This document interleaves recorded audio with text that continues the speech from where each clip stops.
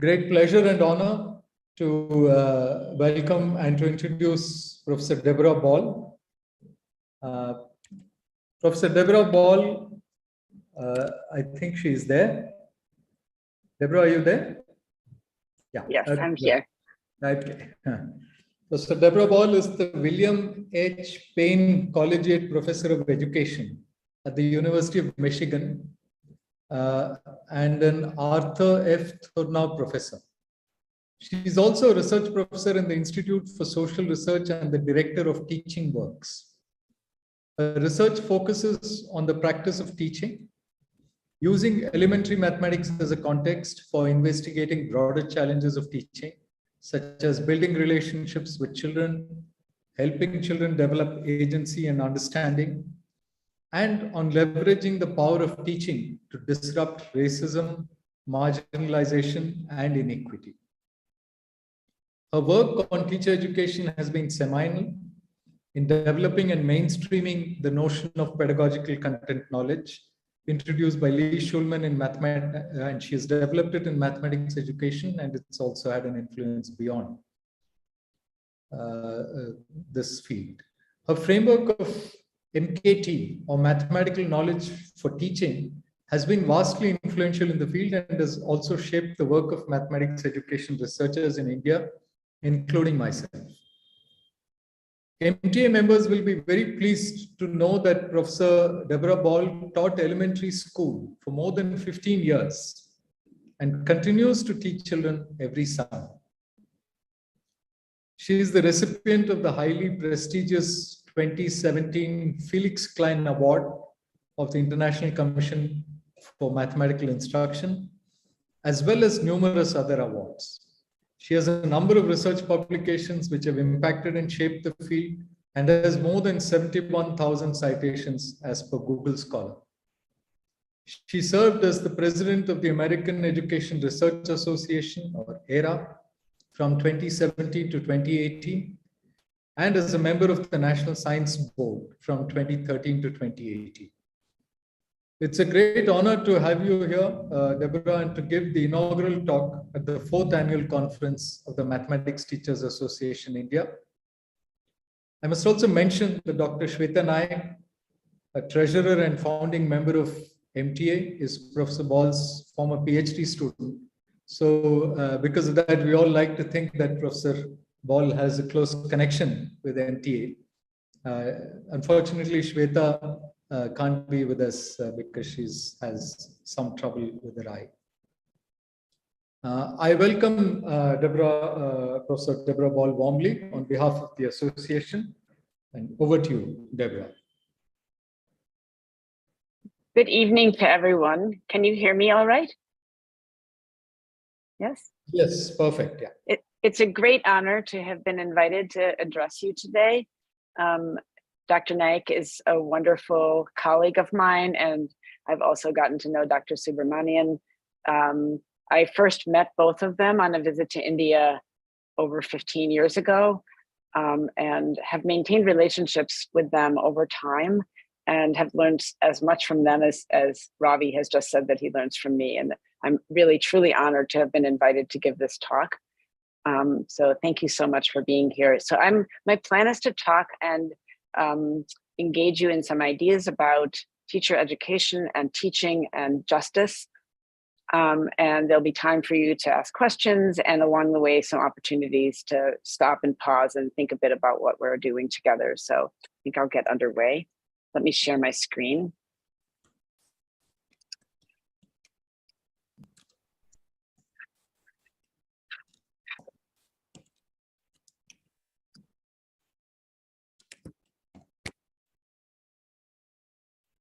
Do you see the title slide now? Yes. Okay, wonderful. All right, so the title of my talk today is The Work of Teaching and the Challenge of Teacher Education. And as we get underway, I will make clear how I'm putting these ideas together about teaching, teacher education, and what this has to do with critical social problems in this country, in the United States, and in yours as well. Although the problems are different in their specifics, there are some very common issues that we face in terms of inequities and unequal and unfair opportunities among the peoples of our countries in learning mathematics. Before I begin my talk, it has become customary and I think important to acknowledge that the land that I occupy here in the United States is land that actually belongs to people other than myself. And we've been developing much more consciousness about acknowledging the stealing of land from the people who occupied this nation before white people arrived. So I just wanted to provide a little bit of context for you about that. If you look at the upper left-hand picture of the map, you see where Michigan is in the United States and in North America. And I've assembled some photographs here of different aspects of the state where I live, Michigan. Michigan has two pieces. One, you see up kind of above, one thing that looks a little bit like a mitten, and then something above it that's also colored red on the map, has two parts to the state. The picture I have on the lower left is a photograph of how beautiful what we call the Upper Peninsula of Michigan is. It's surrounded by the big lakes called the Great Lakes, and there's beautiful trees and mountains, very wonderful natural land. On the other side of the slide, I have a picture of Detroit, which is the largest city in Michigan. It was at one time the third largest city in the United States. It is the home base of the automobile industry, and has a city with a lot of troubles over time, but a beautiful, beautiful city with beautiful architecture. And then on the lower right, you see a shoreline of one of the Great Lakes. So I wanted to illustrate what a beautiful and complicated land I live on, but the map in the center takes the regular map of the state of Michigan and doesn't show the current cities or counties or governmental portions of the state, but instead shows you that the lands that on which I am are actually the lands of the Ottawa Ojibwe and the Potawatomi nations. This is their land, and the history of the United States is that white settlers arrived and stole and harmed the people, stole the land and harmed the people. So I wanted to acknowledge that right now I'm on land that actually belongs to what we call the three fire peoples, the Ojibwe, the Ottawa, and the Potawatomi. And the indigenous people in the United States have a very special relationship to the land and to the water. They think of the land and the water as a teacher from whom they've been learning since the beginning of time. And I think one of the reasons I find this important, in addition to the political and social importance of acknowledging this, is that because I have such a strong interest in teaching, I find the ways in which indigenous peoples in our land think about the land and the ways that it shapes our past, our present, and our future, that it is a teacher to all of us. And so while I can't correct the actions of people who came before me, I stand committed to continue to interrogate my own actions and the ways I take for granted the land and its beauty and the fact that it actually doesn't belong to people like me. And so then in that sense, my talk today is related to all of this because I'm interested in the ways that teaching can be used to dismantle oppression so that the field that we're all in actually has a very direct relationship to some of these problems of racism and oppression. You have your own problems that are intersecting with ours, and I know that you can fill in the details much better than I about the challenges that you face in India, about the differences in the ways that different groups of people have been treated and are treated today. So let me be more specific now. When I say that I want us today to consider the power of the work of teaching and the role that it has, and here I'm sort of making a play on words, the role that teaching has in justice, I'm saying two different things here, really. One is that teaching has a role in perpetuating injustice when we don't interrogate and think carefully about practices of teaching mathematics that we sometimes do by habit that actually can cause harm to groups of young people. But I'm also, by putting the in parentheses in this way, I'm also making the claim and the argument today that teaching has a role in advancing justice, in creating a more just society. There are three parts to my argument that we'll be discussing. One is, I want to take up this phrase that I frequently use. What is it to do the work of teaching? Like, what do I mean by the work of teaching? The second thing I will be talking about is, what does it mean to foreground or to put into our focus the power of this work And why is it so important to be contemplating the power of the work of teaching? And the third is, what are some of the challenges in trying to understand the work of teaching, and why should any of us care? You'll notice that I haven't yet mentioned mathematics, but in part, my argument is very specific to mathematics and the ways that mathematics provides agency and power to learners and to people. And also the fact that mathematics has also been the site for excluding and marginalizing groups of people from that power. And teaching practice itself is an important lever in all of that. So the talk is sectioned into these three parts, and I'll begin with the first. What is it to do the work of teaching? So I think you probably would agree with me that teaching is so common. It's an incredibly common profession. In a minute, I'll show you just how common it is.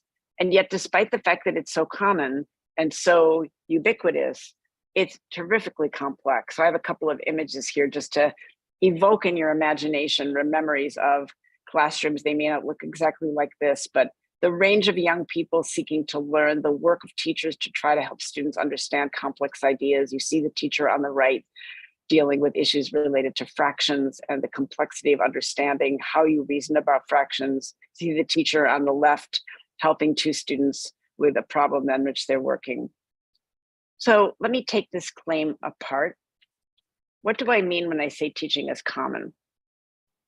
So in the center of this slide, you see your country, India. In India, there are 8.7 million teachers. That is an enormous number of people who are doing work that we often don't take seriously enough, but has huge impact on children and on young people. And I've provided here some illustrations of some other countries in the world and the numbers of teachers. And really, the big point here is that teaching is the largest occupation in any of our countries. There are more adults who are teachers than any other kind of work. Now, why is that? You probably can imagine why that is. Primarily because children are the largest part of our population always. And teachers are the people who work with children. So what's important about this both is that it's an incredibly common line of work. We have many, many people in all of our countries who do this work. In general, we don't respect the work sufficiently or appreciate its complexity. And therefore, we put at risk the young people for whom these teachers are so important. In our country, there's often a lot of talk about how we don't respect teachers. You could tell me better than I can tell you whether you feel teachers are in general respected in India.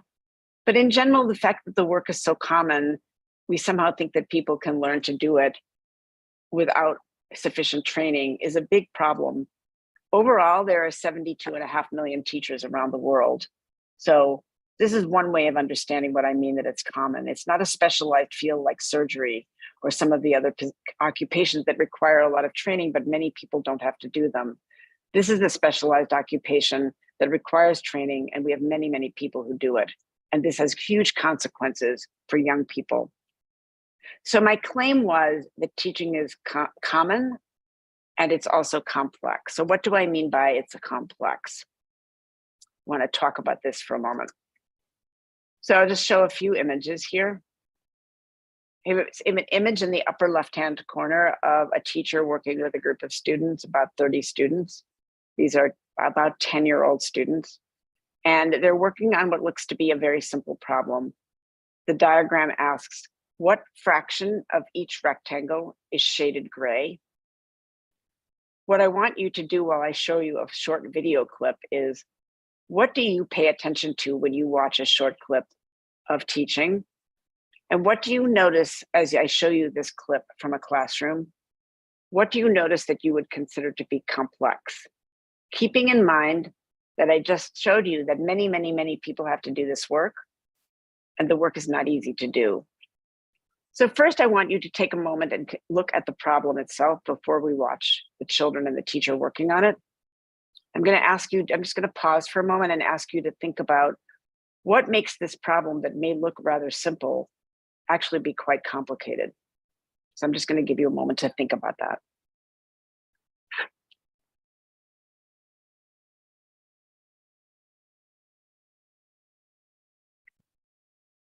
I hope that one of the things you're noticing is that in many ways, the two diagrams look very much the same.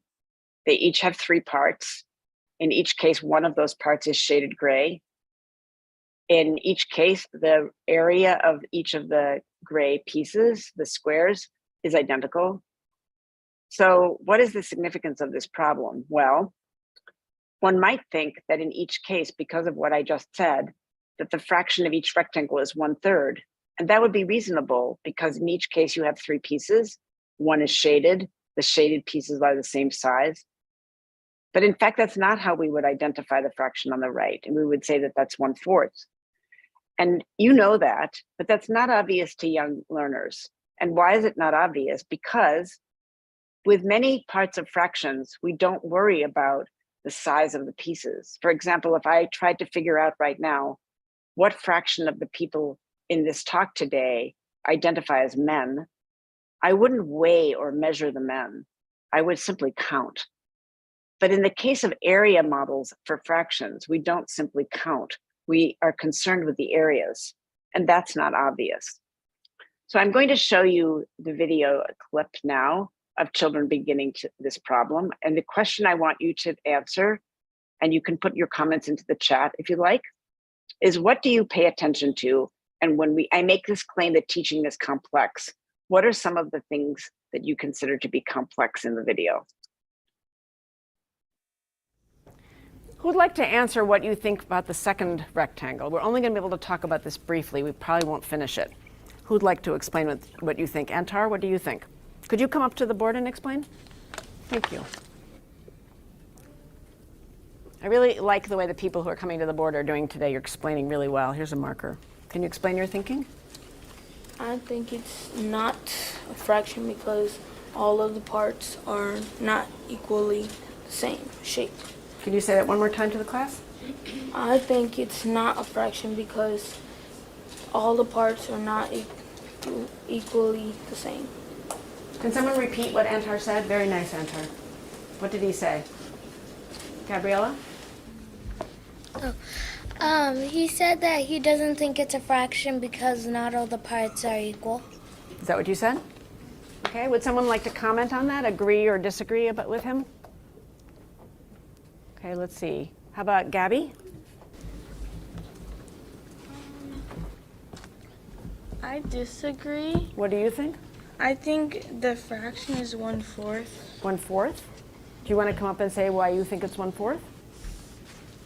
Antar, do you want to stay there? Do you want to sit down? Okay, thank you very much. You did a good job of explaining your thinking. So let's hear what Gabby's thinking. I think it's 1/4 because, like he said, all the fractions aren't the same, but you can make them the same by dividing a line down the middle. Can you go ahead and want to show us here? Here's something you can use for that. Wait 1 second. Instead of drawing it, why don't you just use this? That way if someone wants to take it off again, they can.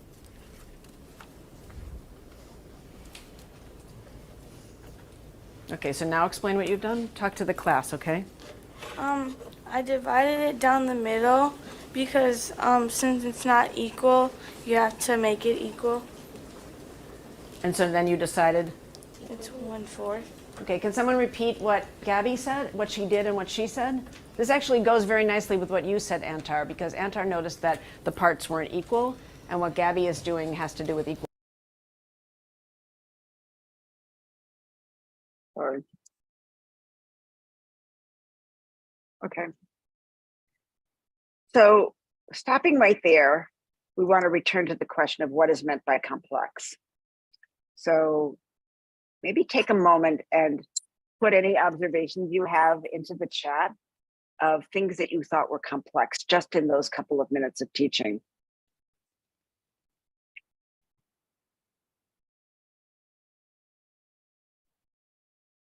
Can you see the chat, Deborah? Someone said spatial reasoning issue there, or visual Yes, reasoning. I can see them. I can see them.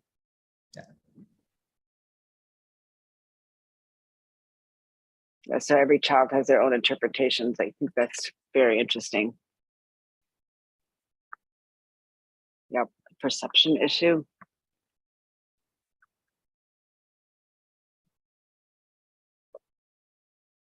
The work for the teacher of just trying to understand what students are saying, a shape issue.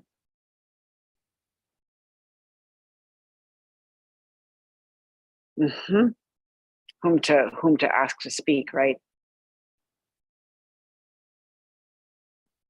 Yep. This is not a fraction. These are great comments.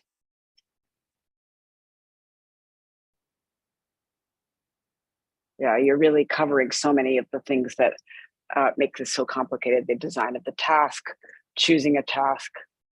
We're talking about shapes or areas, just orchestrating a discussion, responding to a student when they say something, when he says it's not a fraction, what to say.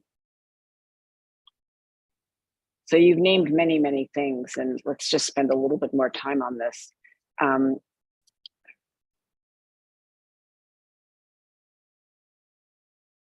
So one thing that you've mentioned is, what does Antar even mean when he says it's not a fraction? If you don't listen carefully, you might conclude that he's saying something. It might not be clear what he's saying. So just trying to figure out what he means when he says it's not a fraction. Another part of what makes it complex is like keeping track for yourself of what is the mathematical point here. You could really get lost as a beginning teacher and forget what is it you're trying to do with this problem. You could worry about Antar. How is he being seen by other students? Is he being seen as giving a wrong answer? Here we have a Black boy. In our country, we have many patterns about how Black children are often seen as not intelligent.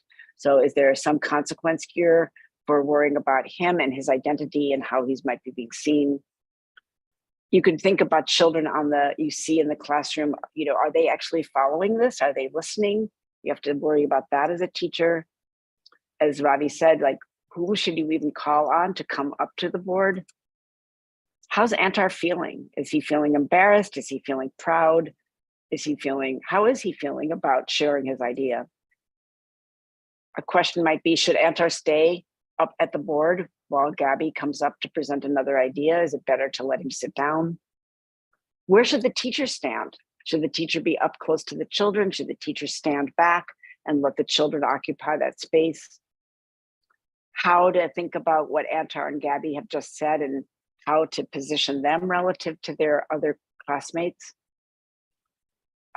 There's the sticky line that Gabby has that she's given to put up on the poster. Is that a good moment to give that to her? Or maybe that should have waited. Should we stay in a whole group, or should the teacher allow the students to work with a partner for a few minutes or in small groups and discuss the problem, or should they stay together in the whole class? Should the teacher put up another example, like change the problem and work on a different example, or stay with this one right now? There's so many things that make this complex.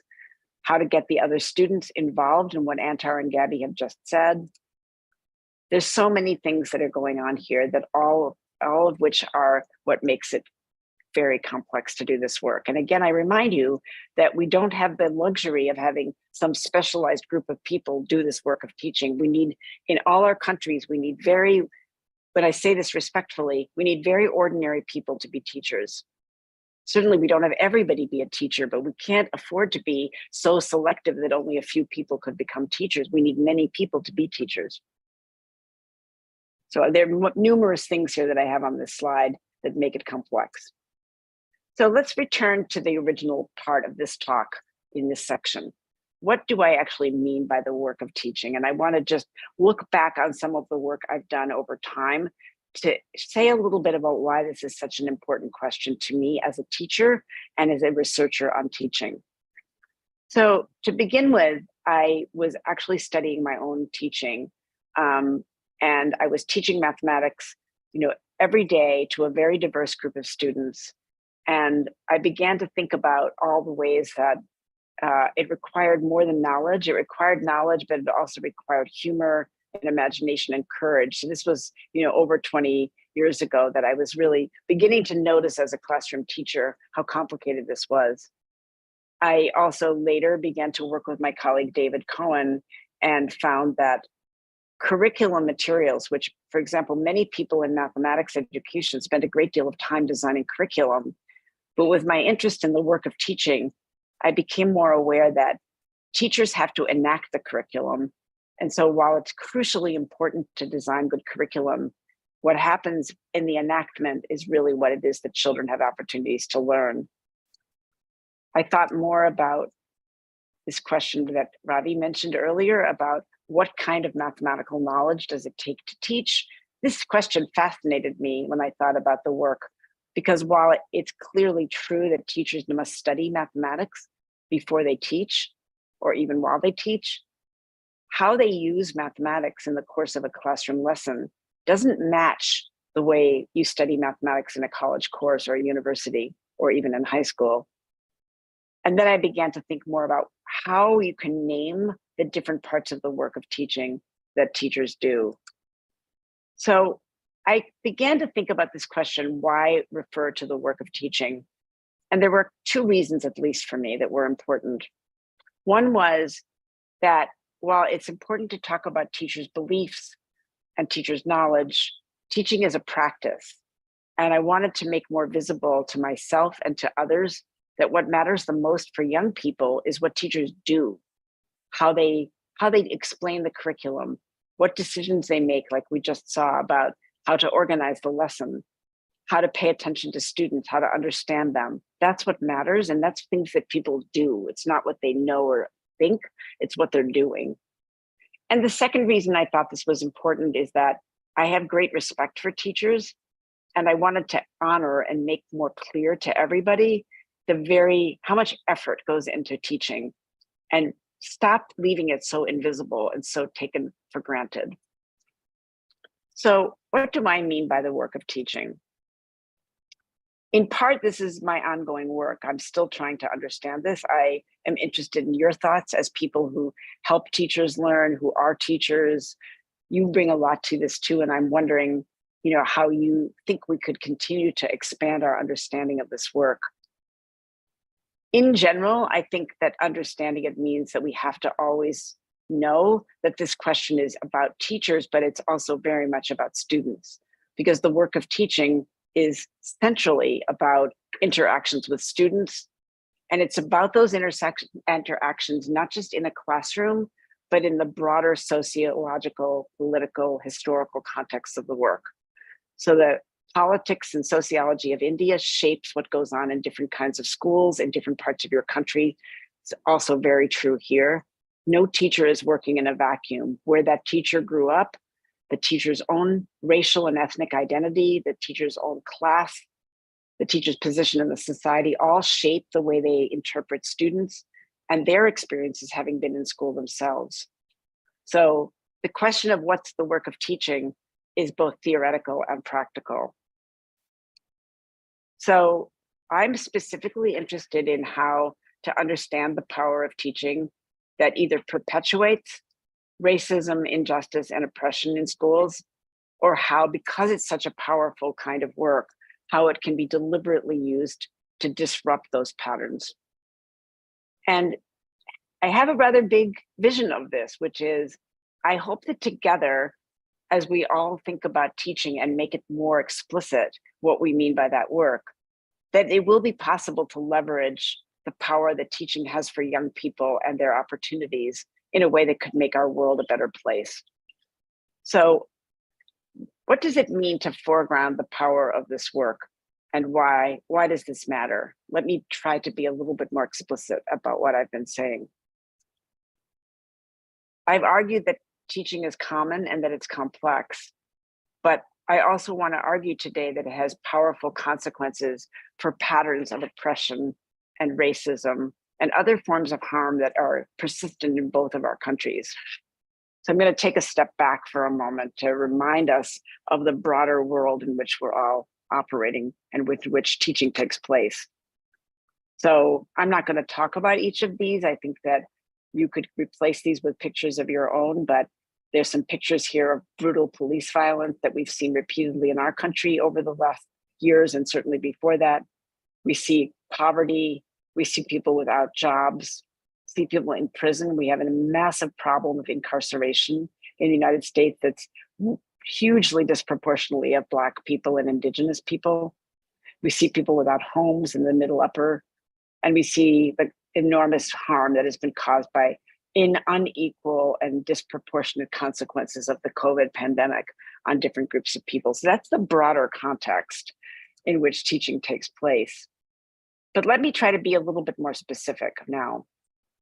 So I'm going to show you some pictures of some different other occupations in society.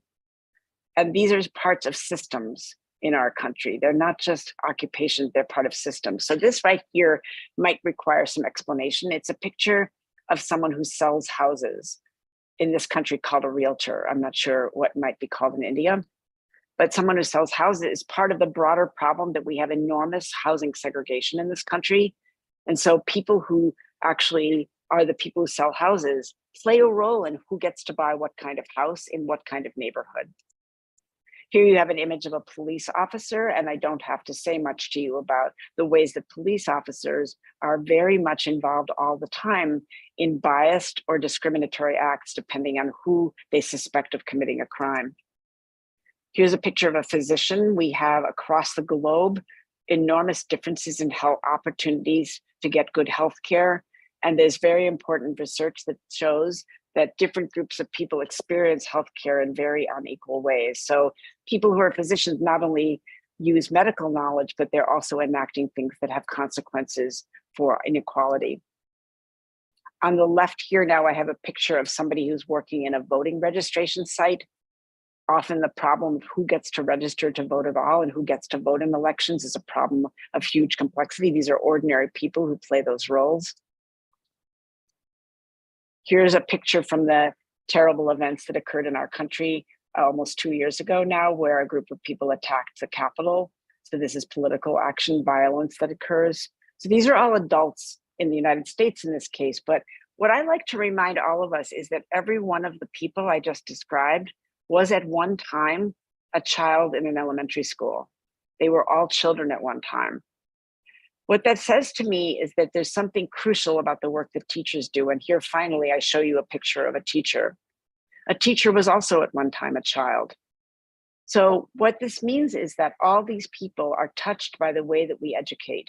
They're touched by what they learn, not only about mathematics, but about other people, about fairness, about equality or inequality. And they grow up to be the people in our society who are in these systems that are either oppressive or are liberatory. So we don't think often enough about that people perpetuate the systems that are unequal. It's actual individual people that are part of these systems, and they have all been educated in our schools.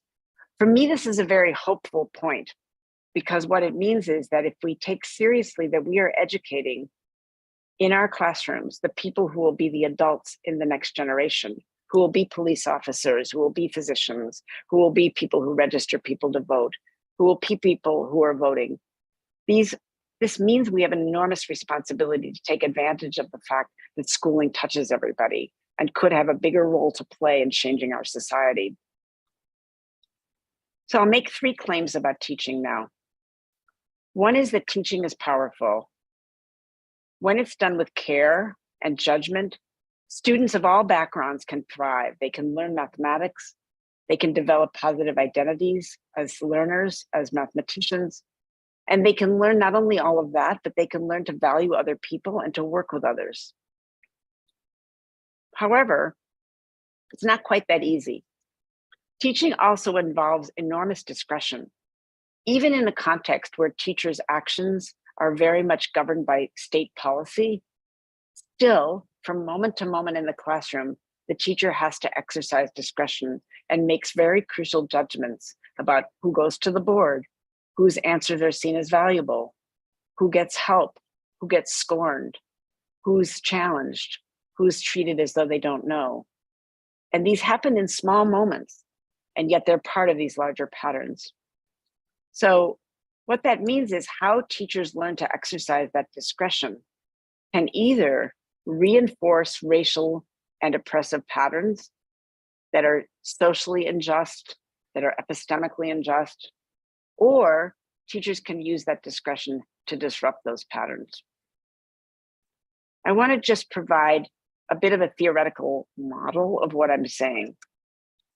So this is a picture in some ways of what I've just been describing. It's a model of teaching.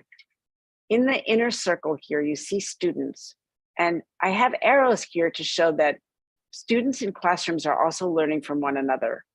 Sometimes they're learning math because they help each other, but they're also learning things by watching each other and how they're treated by each other. So their experience in schools is partly about their relationships with and the interactions with other students. But teachers are also interpreting their students, and students are interpreting their teachers.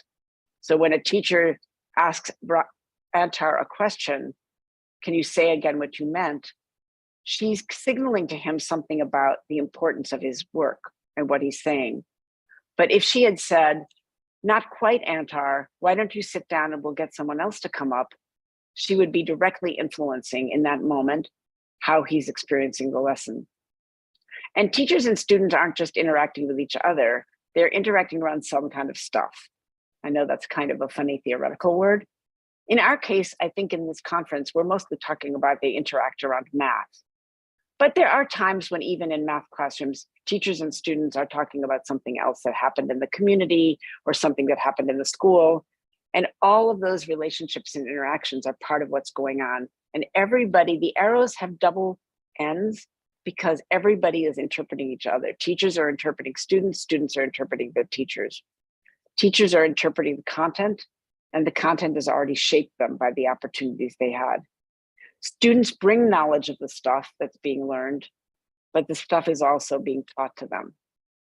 And all of that is just the classroom. But what I've been arguing today is that that occurs in the context of much broader environments, historical patterns of injustice, differences in opportunities to learn, huge economic inequality, health disparities. And I don't have to talk to you as educators and professionals in India. This is so much part of everything you're so aware of.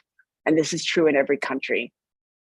I would say that sometimes researchers on teaching study teaching or learning or mathematics curriculum as though it existed in a vacuum. But in fact, all of these things come inside the classroom in the way they've influenced teachers growing up in the society, in the way students are already experiencing their communities, their families, things that they hear and see that are current and historical patterns. And the curriculum is also shaped by the broader society. So this is complicated, and the work of teaching, its power has to do with understanding all of these influences and deliberately increasing the chances that students, who are what matters here, are having positive experiences in school. That might mean sometimes creating a boundary between classroom and the broader society so that there can be a safe space to really respect students who may not experience respect or value outside the school. But it also means at times using things from the community to enhance students' learning, to recognize knowledge that families have or that communities have and bringing that inside of instruction to help support student learning. So I want to go back for a moment to illustrate this with the video that we just saw and to talk more about this question of teachers' discretion and how much what teachers do has huge consequences for the outcomes, not just for math learning, but also for these larger questions of the kind of society we're creating by educating the next generation of adults. So here on the right, I have that diagram again of teaching and learning occurring within environments. And I'm particularly focused here on how teachers and students are interacting in this broader context. So I showed you 2 minutes and 21 seconds of video. And in that time, there were 25 different things that happened that involved discretion on the part of the teacher. Let me just show you a few of them. At the very beginning of the segment that I showed you, the teacher said, who'd like to answer what you thought about the second rectangle? We're only going to be able to talk about this briefly. We probably won't finish it. So the teacher used discretion to open the discussion in that way. There are many other ways a teacher could start a discussion, and that's probably not going to be controlled by the textbook. The teacher is going to use some of her own judgment to decide how to open a discussion. So this way of opening a discussion seems to signal we're interested in people's thinking, We're going to talk about it. We might have to talk about it longer than today. That's a pretty open kind of space. But what if the teacher had instead said, who will tell us the answer to the second rectangle? That is a completely different bid to begin the discussion. And that's an example of the teacher choosing a different way to open the discussion. It's something the teacher does. And you can imagine that that has a different impact on who is willing to talk, what it means when they talk in class, how they're feeling about what they know, how confident they're feeling, whether they feel like participating. Those two different moves have big consequences for including students or perhaps making them feel unworthy. But there are many more examples in the video. At one point, many students have their hands up when the teacher is looking around. The teacher has a judgment to make about, as Ravi said, whom to call on. That's not going to be scripted into any curriculum. That's something the teacher has to use discretion, and that too has very big consequences. The teacher says to Antar, do you want to stay there or do you want to sit down? Okay, he says he wants to sit down. Okay, thank you very much. You did a good job of explaining your thinking. That statement there has many examples of discretion. First, the teacher gives Antar the agency to determine, does he want to stay there or does he want to sit down? What if the teacher had said, time to sit down, Antar? The teacher says, thank you. You know, not all teachers are gracious in that way to teachers. Antar might experience that as the teacher feeling respectful toward Antar. The teacher might have said, sit down now, we'll get someone to come up and show us how it's a fraction. Very different for how Antar is being treated. Then the teacher ends by saying, you did a good job of explaining your thinking, which is honest. She doesn't say whether his answer is right or wrong, but she does acknowledge that he did a good job of explaining his thinking. So all three of these things that she does are examples of discretion. So what I'm showing you is that in the course of just 2 minutes and 21 seconds, there are 25 different examples. I'm not going to walk through all of these, of the teacher using discretion that has consequences for how students develop identities, what math they learn, what's signaled in the classroom about what is important, how the students are positioned with each other, and all those things we saw on the earlier slide about complexity. So my claim is really a mathematical one, not just that there are so many cases of discretion, but that teaching is, what I like to say, dense with discretionary spaces. And I think this diagram makes that quite visible. You have 2 minutes here of instruction, and yet look at the number of discretionary acts that happen just in those 2 minutes. So it's a little bit like the real line, which is dense with numbers. Teaching is dense with discretionary spaces. And this is important for our work as teachers and teacher educators. So what does discretionary space have to do with the power of teaching? Let me provide a bit of definition. So first, I'm defining a discretionary space is where the teacher's interpretations or next moves or the comments that a teacher makes or the questions that a teacher asks are necessarily going to be determined by the teacher. And no matter how strict the curriculum in a particular area is, it can't possibly dictate every one of those moves. So that's one part. A second thing to say about discretionary spaces is that those interpretations and judgments that teachers learn, the actions that they take, are not just idiosyncratic to them. They're learned through the experience that they've had in society and in school. So if a teacher has learned to say to a student who has an answer that's not correct, not quite, sit down, please. That's not the teacher just inventing that on the spot. That teacher has seen other teachers talk that way to students. And the problem for us is that so much about teaching is inherited from watching other teachers. So what happens is that these interpretations and actions that teachers are always using as they exercise discretion are habits. They're habits because they've seen them so often and so much in their own growing up that it seems just normal to talk in these ways to students, to push students aside, to tell them they're wrong. It's not easy to use your discretion to do something different when what you've always seen is a particular way of acting. What this means is that teaching can be very conservative, because from one generation of teaching to the next, it's very likely that teachers do things they've seen before. And since we know that many of those things can be harmful, we perpetuate harm. So a big question for this talk and for us is, how can we harness that power of discretion? How can we do something that could disrupt these habits that are likely to repeat themselves? I want to show a couple of larger examples of what I mean about how large patterns in society play out in the ways that teachers act. This is an example from the United States. I would be very interested in knowing whether it resonates with you, and if so, what's similar that you've seen. So this is from a big study of disproportionate discipline of white girls compared to Black girls in this country. But by Black here, I mean African-American girls. And what we see when you look at this table is that Black girls or African-American girls receive much harsher punishments than do white girls.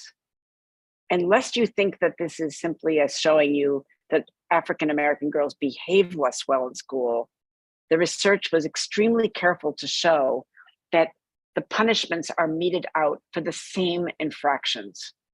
And the infractions are relatively minor things. For example, a teacher perceives a student as being belligerent or too loud.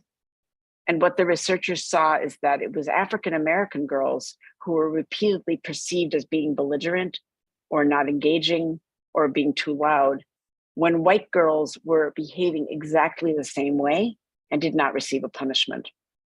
So this is very powerful research. And I think the data are very dramatic, because on the slide, you can see that while African-American girls only comprise 15% or so of the school-age population, they comprise over half the cases of multiple suspensions from school. A suspension from school is being sent home and not allowed to be in school for some period of time for their behavior.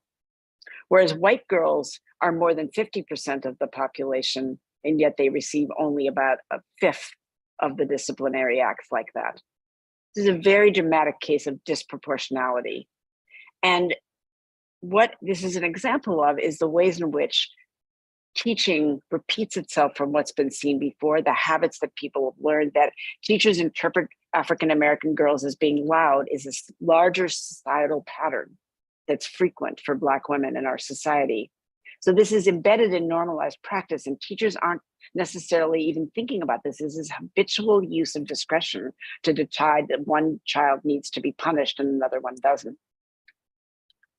Here's an example of a video that was all over the internet a couple of years ago of a white teacher in a New York City classroom screaming at a first grade child, a 6-year-old, in a math class for having the wrong answer and sending her away from the group.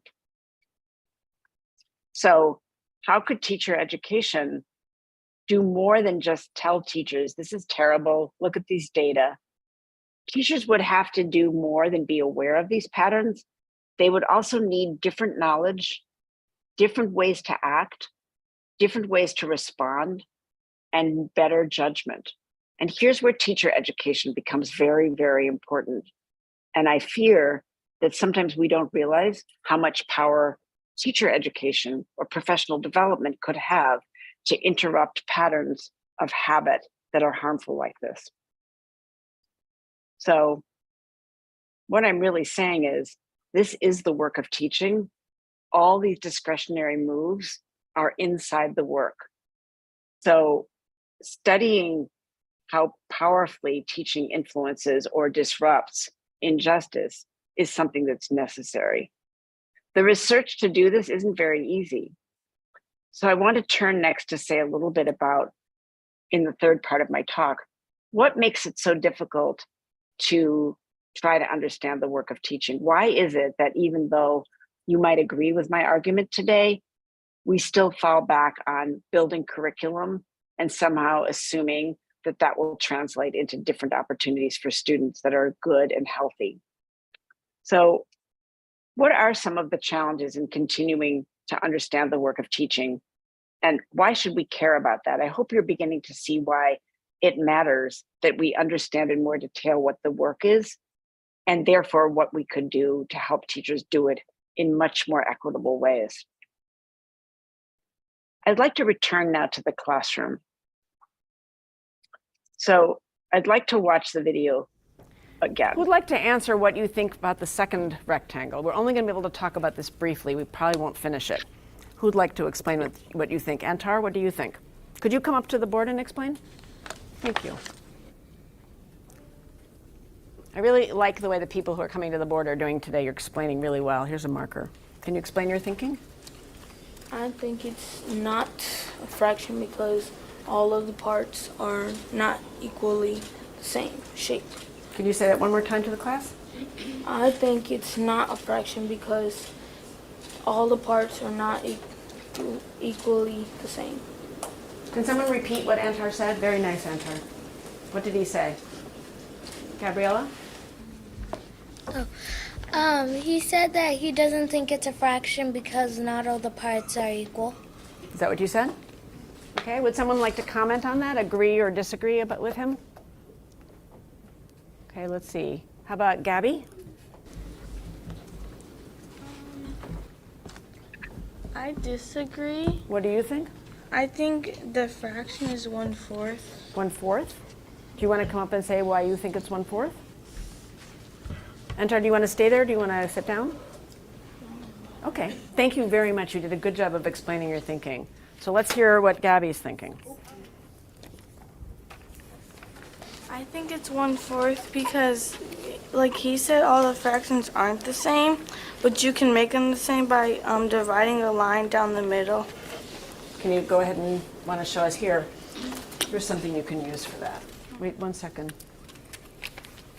Instead of drawing it, why don't you just use this? That way if someone wants to take it off again, they can.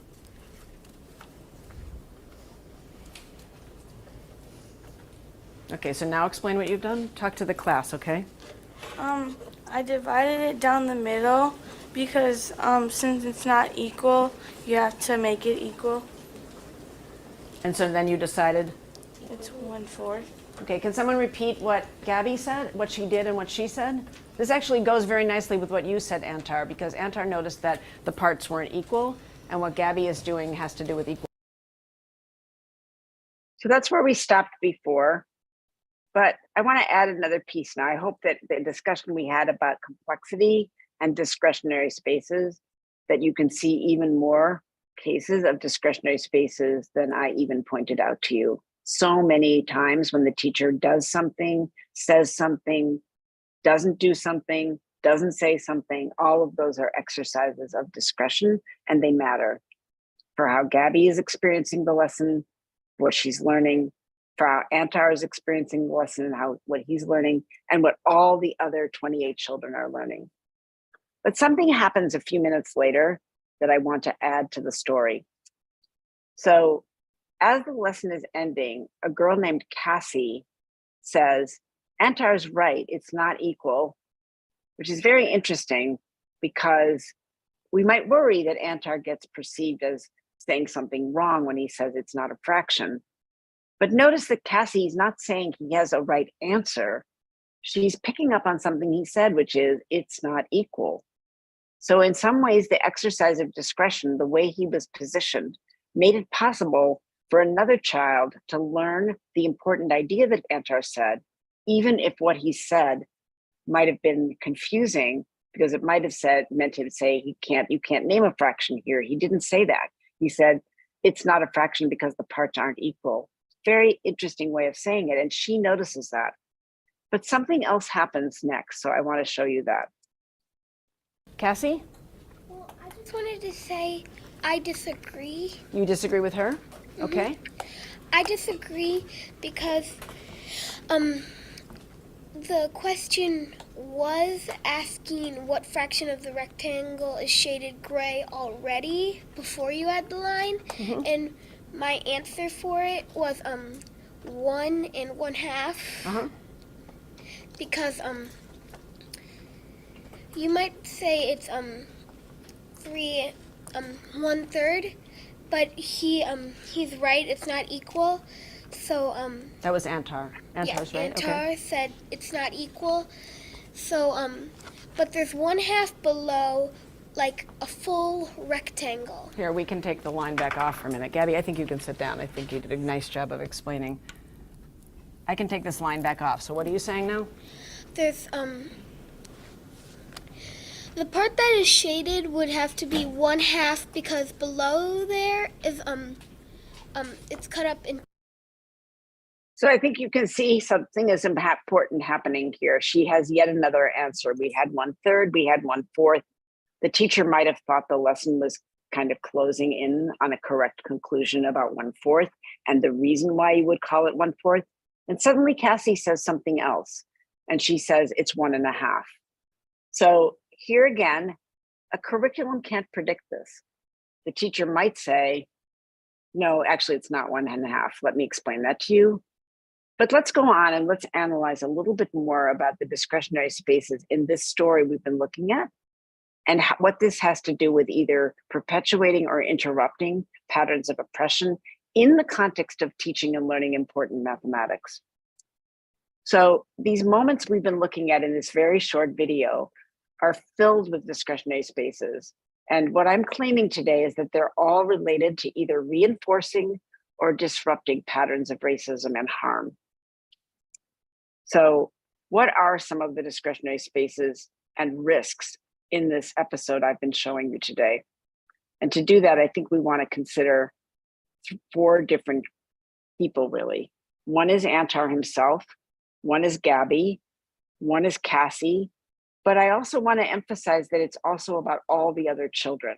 All the children are in this space together, and what's happening in these moments is influencing everybody. So let's talk about that for a moment.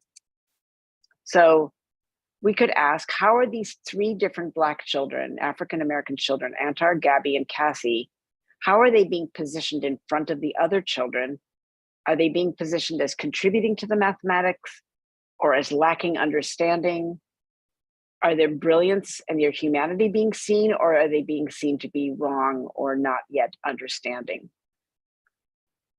A different question would be, given everything we saw, what's being signaled here or in any classroom about what being a doer of mathematics means, both what we do when we do mathematics and who is it who actually does mathematics? Can these 3 African-American children be people who do mathematics? In the United States, we have a long history of African-Americans being positioned as not intelligent, less intelligent than white people. And that history is still with us all of the time. So what happens in school as Black children are responded to is not disconnected from a larger pattern. So what is being signaled here? Then we can just ask straight out, what mathematical understanding do you think might be developing in the class right now? The key idea here has to do with equal parts in area models for fractions. That's a very important mathematical idea. What's happening right now in the way students are learning it? These are all questions we would want to ask. How are Antar, Gabby, and Cassie, these 3 children, experiencing their teacher? How are they feeling about their classmates? What are they learning from the lesson? And don't forget that all the other children in the class are learning math. They're learning about Black children. They're learning about who and what it means to be, quote, smart in math. And all of this is the work of many other scholars besides myself. I've listed some of them down here. But many scholars are studying these questions about how students come to understand what it means to be smart in math, who gets to be seen as smart, and what sorts of patterns of teaching and learning either reinforce the patterns we've seen in our classrooms, and which of those are actually changing the game inside of classrooms. So coming sort of to the end of the argument, I want to think about the practice of justice or the practice of injustice. And that has to do with what I'm saying, it has to do with the work of teaching. So let's just talk about 2 cases. In the case of Antar, you've got the sort of background of racial narratives about ability and struggling learners that I've referred to. And here I've listed some of the authors. You have patterns related to Black girls and how Black girls are seen. Again, many authors have worked on this. You have research on area models with fractions and patterns related to being a doer of mathematics while Black. And you have views of mathematics that are sometimes centered on very narrow ideas about correctness and error. In this classroom, you have all this complexity, and you have the discretionary spaces. So as I wrap this up, I want to say, what are the challenges then in studying the work of teaching and its relationship to justice? I'm suggesting that what we have to do, both as teacher educators, professional developers, curriculum developers, and teachers, we have to remember that the work of teaching is not just cognitive and knowledge related, it's also embodied. It's how teachers look at students, it's the relational work, it's the discretion they're exercising in the way they interact with people, with these small people who are learning and with each other. We've got to build more theory about teaching while we contextualize the work and think about student identities. We should keep trying to understand the relationship between larger societal and historical, political, and economic patterns and how they actually creep inside the classroom all the time, which isn't itself a bad thing, but sometimes it is, and the work of teaching is about noticing that and either bounding it or using it. As people who work in policy or curriculum or teacher education, we need to be very careful about distinguishing between trying to prescribe teaching even more, not such a great idea, but that doesn't mean we just stand back. So providing more detail, like I tried to do today, is really important, because when we leave everything very open, the discretion that teachers will use is likely not to be always positive. So more detail about the considerations, like we tried to do together today, can be really helpful for intervening on discretion without prescribing. And then somehow we need better language for talking about this. In many times today, I found myself searching for a word or thinking of a way to explain it. We don't have a good vocabulary always for talking about practice. There are also some other things to worry about that I haven't touched, but I think matter. We need to understand much better how the work of teaching is shaped by when in the school year it is, what time of day it is, what the actual environment is. Is it a rural school? Is it an urban school? Where in the world it is? Sometimes we read research and we're not even clear about how the national and cultural context of the research is hugely important to the research. And then we have to think about all the different people who are teachers, who are young people. We need to understand these dimensions and not always talk about these things in such general terms. So I'm going to conclude my talk with 10 key asks of all of you. Maybe you can answer some of these. By asks, what I mean is things that I hope you will do and that we all should be doing. My first set of asks is really of our societies. India, United States, China, other parts of the world. My first ask then is just that we all begin to try to see and value the power that teaching has. We need to stop taking skillful teaching that tries to disrupt inequity. We stop taking that for granted. It's very difficult and important work. And we have to stop talking about very good teachers as though they're heroes who figure this out on their own. Teaching is, as I told you, a mass profession. We need to stop pointing out individual teachers who are excellent. We need to get excellence and skill much more available to everybody who's willing to do this job. But these are big social asks. A different set of asks is of policymakers, and perhaps some of you here today work in something having to do with policy. So some examples here are, we need to require people who become teachers to demonstrate that they have the capacity to teach young children and to have that responsibility and not just learn it all on the job. We would never do that with physicians, with nurses, with most professions. We would not with people just learn all of it on the job. And yet too often we have people learn mathematics and then just start teaching. It's very irresponsible and risky. So we need to stop that. We need to know that nobody knows how to teach fully when they first begin, and we need better supports that are more common for teachers to develop their practice.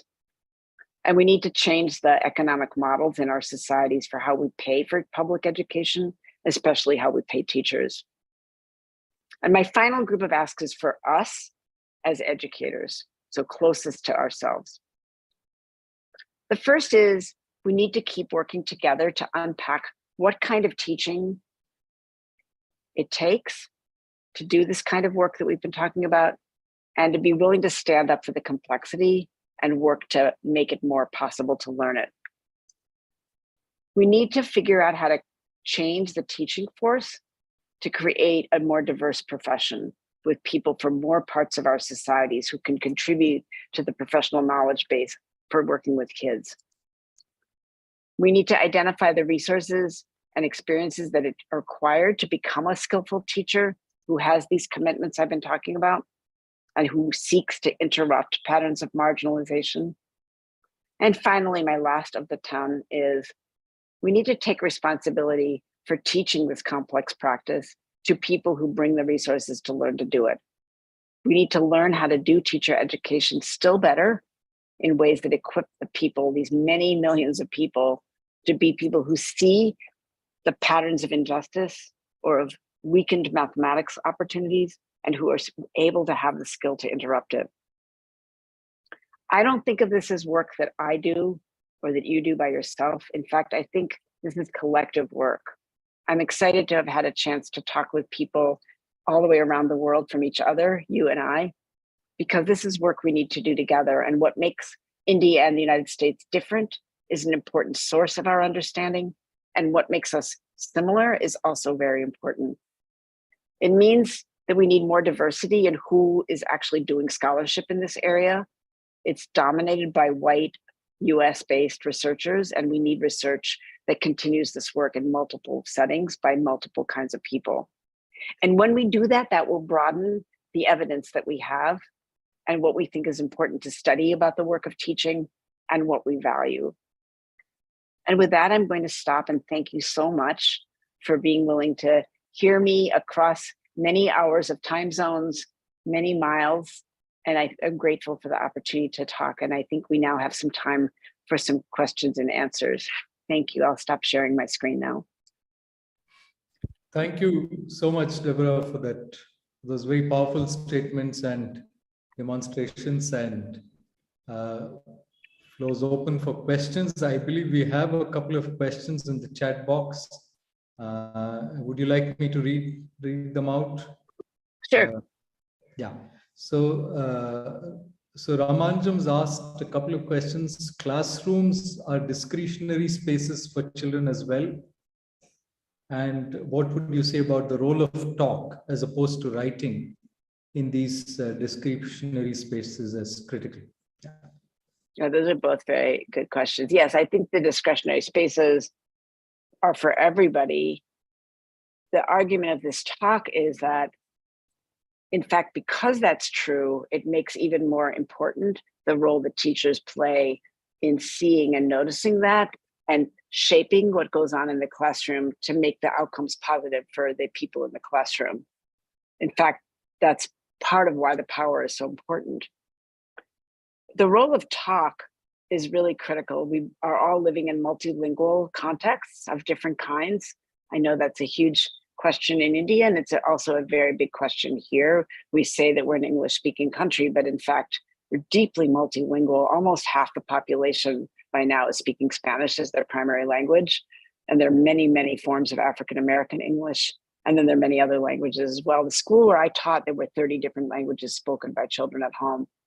So the multilingualism of our societies, even if there are languages of instruction, as there are in most countries, means that we need to be very sensitive to how talk and writing are used and to support that, and to even make it possible to think about when we bridge those multilingual forms. I think it's interesting that talk and writing both involve language, but they're different. And listening, which is crucial to all of this, involves language. I think we also can see that the role of pictures and diagrams, this story that we saw today had a lot to do with the diagram itself, even though there was language with it. And also just the bodies, the way that students look at one another, the way the teacher looks at students, where the teacher is, that point about the students being in the board, all of that is part of the classroom life and what the teacher potentially has a huge amount of discretion to control. For example, it's rather important that Antar is at the board, not just answering from his seat. Cassie answers only from her seat. What's the difference between being the person who gets to go up and be seen by everybody while speaking? All of this is part of that. And rarely do we really talk enough about what that means. And some of your classrooms are really, really crowded. So the question of space is really important, and whether the teacher has some capacity to think about space and where people are looking and how they can see and hear. And that's true in some of our classrooms as well. So I think all of these things are important. The number of students in your classrooms is often much, much, much greater than here. And so that means that how teachers think about creating the space for communication is itself an important part of the work, and fits my argument, because although I'm not the person to say how best to do that, highlighting for teachers that they have that discretion and thinking about what kind of power they might exercise there is crucial, because they're exercising that power no matter what anyway, even if they don't notice it. Yeah, thank you, Deborah. And I think that also addresses what someone has said about crowded classrooms. There's a question from Jeenath about Cassie's reply. Gina, do you want to unmute and explain this a little more? Because I think I'm not sure whether I got what you're saying right. Gina, can someone unmute Gina? Okay. Let me see if I can do that. All right. Yeah. Right, Gina, I think you can unmute now. Gina, go ahead. Hello, am I audible? Yes, you are. Yeah. Yeah. So, yeah, thank you, Deborah. It was a very nice talk. So actually, I also used a lot of examples from your research while introducing area concept, and same confusions like even come in our classroom discussion. So one of another interesting assumptions that we hold many a times when we are dealing with fraction is that the parts are also congruent, not just that the area is same. And I was trying to do that in one of the class when I was saying, let's see, these parts are congruent. But many a times even that, like if we are introducing the area model too much, many a times even that part is not very convincing. So which I feel when we are talking about fraction, we are also visualizing that these parts are congruent. So it's not that these parts have equal area, but they also look similar. So that is something I feel when Kathy was responding, that initially they were not same, and she agreed to what Ankar was kind of saying. So I feel she was bringing out that assumption, and probably kind of strengthening why this discursive practice is very important in the classroom, to make all these assumptions explicit about some concept. So that's something I liked about Kathy's bringing out that fact. So I wanted to just highlight that. Thank you for that. I think that is brilliant. And I think that that kind of subtle talk about the mathematics and its interaction with what children are saying is a very good example of both the complexity of teaching for very ordinary people doing the work, the importance of actually being able to hear and think about what you just said is a big demand on a teacher, and it's crucially important, because otherwise it just seems that Cassie is wrong, when in fact she's identifying something that's another very crucial part of this, which may be why the teacher doesn't take it up right then, but says, we'll have to talk about that. I don't think we saw that part, that the teacher says, we have to stop right now because the lesson is over, but we'll return to this tomorrow. But again, the discretion that a teacher might use to say, yeah, I can see why you think it's 1.5, but no, it's not. And that would be a different outcome for Cassie and for everyone else. Thank you, Deborah. There's a question from Abel Raj about caste prejudices, implicit caste prejudices. Abel, would you like to speak? I think you can unmute yourself and speak. Yes, this is Abel Raj from Chennai. What I wanted to highlight was that the equivalent of race prejudice in the US will be caste-based prejudices that are operating silently and mostly invisible inside the teacher. That's been picked up by a process of invisible osmosis from the Indian culture. Just growing up in Indian culture makes you look at maybe some upper caste as more intelligent or lower caste as less intelligent or gender prejudices. I worked in the IT industry before I became a math teacher. So there the new recruits were saying that girls are not good at computational logic. So this idea that girls are not good at logical mathematical intelligences, so that is also a prejudice. So a good teacher must be looking for, if she wants to disrupt these caste hierarchical or gender privileging, then she has to be aware of that. That's the thing I wanted. It's a comment, it's not a question really, but trying to map what is said to the Indian context. I was thinking that that was the mapping, because in my case, I keep referring to racism, which is really more the salient way of referring to what happens in the United States. And you would be better equipped to say how to describe that. But I think what you just showed is there is a mapping of particular groups of people historically being seen as less intelligent, less worthy, less likely to do well. And that teachers are carrying that with them from their just growing up in the society where these things are predominant. So I think I'm understanding you as saying that that is a way we can connect with understanding the situations are not identical, but they have some parallels. Would that be right? Is that what you're saying, or something different? Yes, Professor. Exactly. Yeah. Deborah, I also see another part in what Abel is saying, which is that I think we all harbor these prejudices ourselves in some sense. And so how do we sort of make, so to speak, take the first step? Because this is, teacher educators, even researchers, I would say, all, need to also become aware of their prejudices and sensitive towards what they're doing and how it plays out. So would you have some comment on that?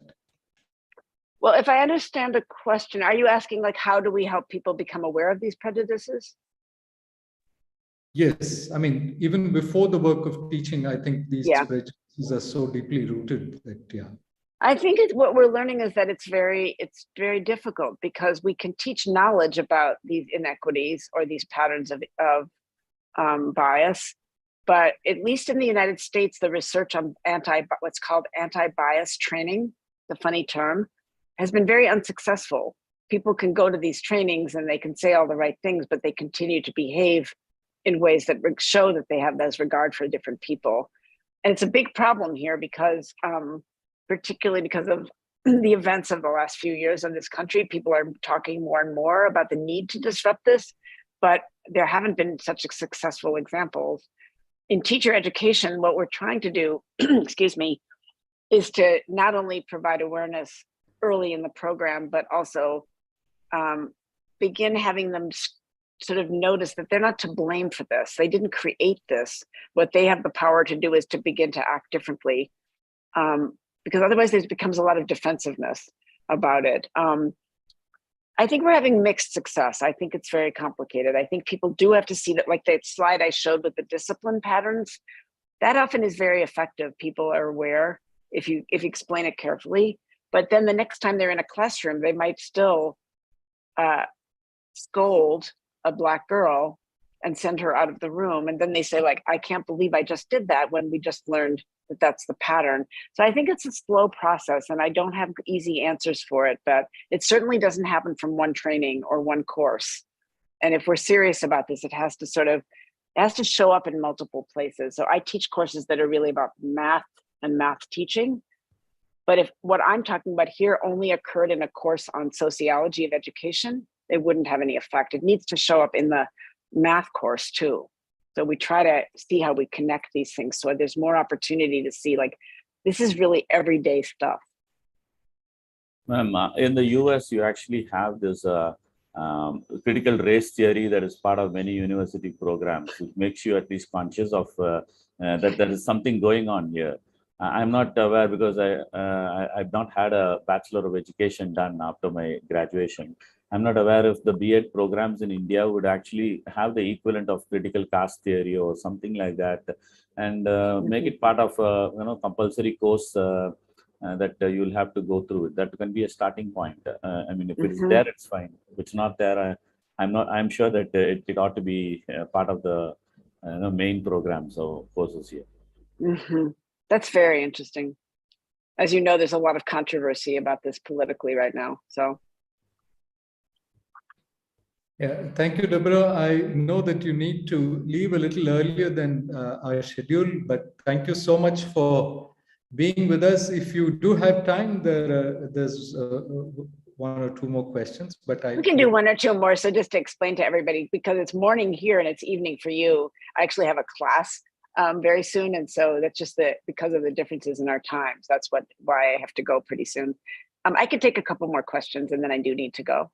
Yes, I think there's one, so I'll point out to you, which is, I think some are more by way of comments, but one from Anshul, which says that in higher education, where there's hardly any chance for students to speak, how do we disrupt the power structure? And she also said, especially given gender disparity. Anshul is a woman. Yeah, go ahead. Yeah, I think these questions about higher education are very important, and that goes probably a little further than we went today. And that is a big problem because classes in universities in both our countries tend to be very large and students aren't speaking. And I think going back to the previous question, to unlearn some of these ways of these biases, we need to be interacting, not just like receiving information. So I think what we're finding is we do have to create some spaces where people are in smaller groups and where they're having to contend with this more. And the gender issue is clearly a huge one. And of course, gender and race or gender and caste probably intersect in both our countries. So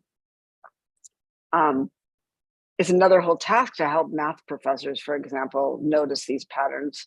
One of my colleagues, Macy Golson, is engaged in this research project right now where she's been looking at what goes on in appointments between faculty and students when students come for help. And it's pretty shocking, the differences in what goes on for students as a function of identity in their one-on-one interactions with professors. So that would be one place to start, is for faculty to become aware of the different ways they might treat a woman student or a African-American student or a student from a lower caste, or if that happens. But there are some places we could begin doing some work, but it would be challenging. Thank you so much, Deborah. I think we can stop here. There are some more comments which are interesting, people can read. And I think you will also have a chance to see them. So thank you so much for making this possible, Deborah. It's been a pleasure. Please join me, everyone, in applauding. And it's been wonderful. It's been a really powerful way to open our conference. Yeah. Thank you so much. Thank you so much for the honor of the invitation. It was wonderful to see all of you, and best wishes to you on the conference. Thank you. Thank you. Thank you, Deborah. Okay. Over to you, Sneha Janaki. Thank you so much. Bye. Bye-bye. So we've got off to a great start with that. Exactly, Shanti Pise. I can see that there's a lot of appreciation for that talk. It was inspiring. And we look forward to having all of you rejoin at exactly 10 a.m. tomorrow for the next session. Janaki, do you want to add anything? No, that will be all. Thank you very much for your active participation. And we'll see you tomorrow at 10 a.m. Thank you. Thank you.